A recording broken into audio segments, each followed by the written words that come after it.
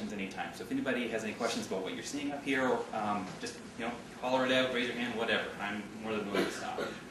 So this is where we first started, and you've seen these pictures before because somebody probably here took many of them. So when the bird first arrived on the 22nd of May, oops, that's 2008, not 2009. This is how he first looked when he came into us, and he was a cheeky little bird. And immediately one of the first questions was, is this an imprinted bird? And the bird, when he came into us, was, I'm guessing, around 10 to 14 days. Does anybody here know the exact number on that one? You watched him hatch? 27. What does imprinted mean? Imprinted means that if you go around humans or another animal early on in the developmental stage, then your concept of what your species is directly in front of you. And it's a really critical window. And if you go beyond that window, you can still become habituated to people. You can still sort of recognize them as not being an enemy, or you can get friendly with them, but you don't actually see them as being an eagle or you as being a human. So there's a very critical window within the first couple of days of after birth, which actually means imprinting or habituated. And it's really important to keep that in mind, because I am not calling this an imprinted bald eagle. He was too old when he came in. However, where he stands right now, and you'll all get to see him, he is definitely habituated. Because of all of the medical work that we had to do, all of the supportive care that we had to provide this bird in order to make it through the surgery, in order to live, essentially, he saw us a lot. And we tried to disguise ourselves as much as possible by hiding under blankets and sort of tucking around corners with bits of meat and such. I mean, we tried to be as sneaky as possible. But unfortunately, we still had to go in there and actually dress the wounds on his beak and everything. So he saw us a lot. He became easy with us, and that's sort of where he still is today, despite the fact that we put him in with other bald eagles to try and sort of wrestle that natural instinct out of him. He really hasn't had a lot of interest in the other birds. He kind of looks at the cage and looks, let's see what we're doing as we go by. But we started off, we didn't make the diagnosis of avian pox. The Department of Game and Inland Fisheries made that diagnosis. They sent the samples away to the University of Georgia, where the clinicians there had a look at the samples that were sent to them under the microscope, and they actually saw the virus itself. The pox virus, many viruses are tiny little things. Pox viruses are actually pretty big. You can actually see them, or their effects within the cell if you look under the microscope. And so this one was a pretty easy diagnosis for these guys. And so just a little bit about avian pox, just as a quick summary. The virus itself is spread usually through mosquitoes or close contact.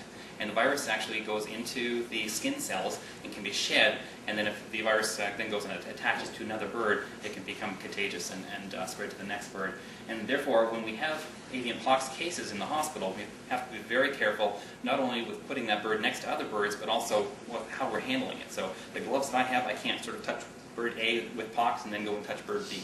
Question? Why were the parents exposed to the pox? Likely. Yeah. But they just were immune, do you think? Or? Yeah, pox virus, it's out there. It's naturally out there in the environment. It's usually spread through, like I said, through mosquitoes, through the blood. And you can get, the places where pox normally occurs usually are on the unfeathered areas of the bird. So, for example, on the soft fleshy part around the beak, which is called the cere. Also around the eyes, where the skin is exposed. Not usually on the legs, or the couple of spots that it normally attacks. And sometimes, let's see if I have some pictures here, sometimes you can get some pretty dramatic kind of things going on with this pox virus. So this was a young eagle actually that came in 3 years ago from the eastern shore, and this is another young bird, just like the 887 that came from Norfolk. And this lesion, the scab all around the eye here, that's all pox virus.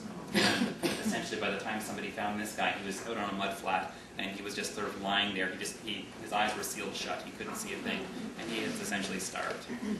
How long does the virus live on itself?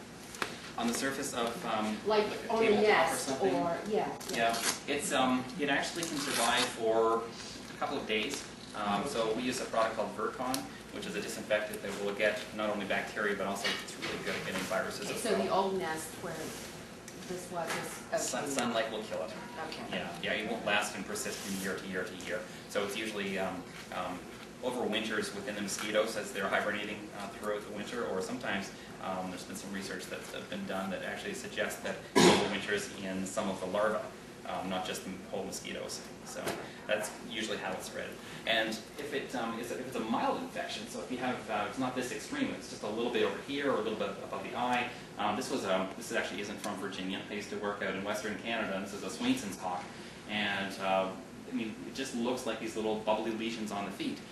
That bird would get over that no problem. So if you get over this, then all of a sudden your body builds up an immunity to it, and chances are if you're ever infected again, and you're likely to be exposed again, then your body's going to have a natural immunity, you're going to fight off the virus, and everything's going to be good. It all depends on what species you are, and the strain of the virus depends on how quickly it can come back. Some species, it's been suggested, you have natural immunity for up to 18 months after you cure your original infection, and some research suggests that it's actually lifelong as well. It all depends on the species. The other thing is that pox viruses can be fairly species specific. So, for example, there's one kind of pox called the falconiformes, sort of genera of it, and it really just attacks a couple of species of falcons. Now recently they found that it might actually do some work with pigeons as well, but generally speaking, pox viruses tend to stick to the species that they know. So we didn't want to take any chances with that here, so when we had 887 back in our isolation room, we didn't have any other birds in that room because chances are he would potentially spread it. Are they born with it, or do they catch it? They catch it, yeah, and it's usually through a bite from a mosquito in the wild. Really? Yeah. Yeah. So it can't actually be spread from parent down to the young ones unless the adult has a raging infection and the virus is actually rubbing off with the skin cells and then infecting the young ones. So why do you suppose it did not affect the parents? It was growing for a while, and they were feeding this bird, so why? What I suspect is that the parents may have had it last year or the year before, so they already had an immunity antibodies actually to the virus, and so they weren't. They were probably exposed just like this guy was, but their body just fought off the virus and said, "You can't come in here." Yeah. Question? If a mosquito would have bitten him, not coming down from the parents, is the beak that soft that the mosquito bite would penetrate? No, and I think that this is a really interesting, for me, it was a very interesting case in terms of where it was actually located, because let's go back here. If we have a look at where this lesion is located, it's actually attached physically to the hard part of the beak. And that hard substance, it's called keratin, and it's a very hard prognaceous material. And I've never seen it actually growing on the beak like that before. Now, as time went on, and we were able to, and the mass actually, it shrank, and it eventually fell off the day before the surgery. Yeah. But we sort of learned from this, and through some of our other diagnostic techniques, like the X-rays and the MRI, which I'll show you some pictures of. I think what actually happened was the mosquito bite probably bit the bird right on the very edge of that fleshy part of the beak, the cere, right on the very edge. And from there, since it couldn't really spread very far because of that hard keratin structure, it ducked under, and it went into the sinus cavity within the beak, and then was able to eat away from underneath that, the soft material, and then eat its way through. Right? And that's why we see this presentation right here with the actual big lesion sort of sticking out on the side of the beak itself. The other unfortunate part of being bit in that location is there's a lot, that's where the beak basically grows. And I'll show you a picture a little bit later, but essentially the growth plate of the cere starts up here and it grows down in this direction. So if you were to cut off the end of the beak, that beak would continue growing and it would eventually grow back again, just like your fingernails. But if you damage the growth plates way up here and you alter them in the sense that they're not going to, either they're not going to grow or they're not going to be able to grow as quickly, then that could potentially be affecting the bird for the rest of its life. And that's what appears to have happened with this guy. Because his beak looks straight. It does look fairly straight there, doesn't it? Yeah. And that's because he's only a month old at this point, not even that, and the beak hasn't had a good opportunity to grow yet. It's still starting to grow out, and so most of the growing is going to occur in the next 4 or 5 months. Let's see here. Talk a little bit about this and this. So when we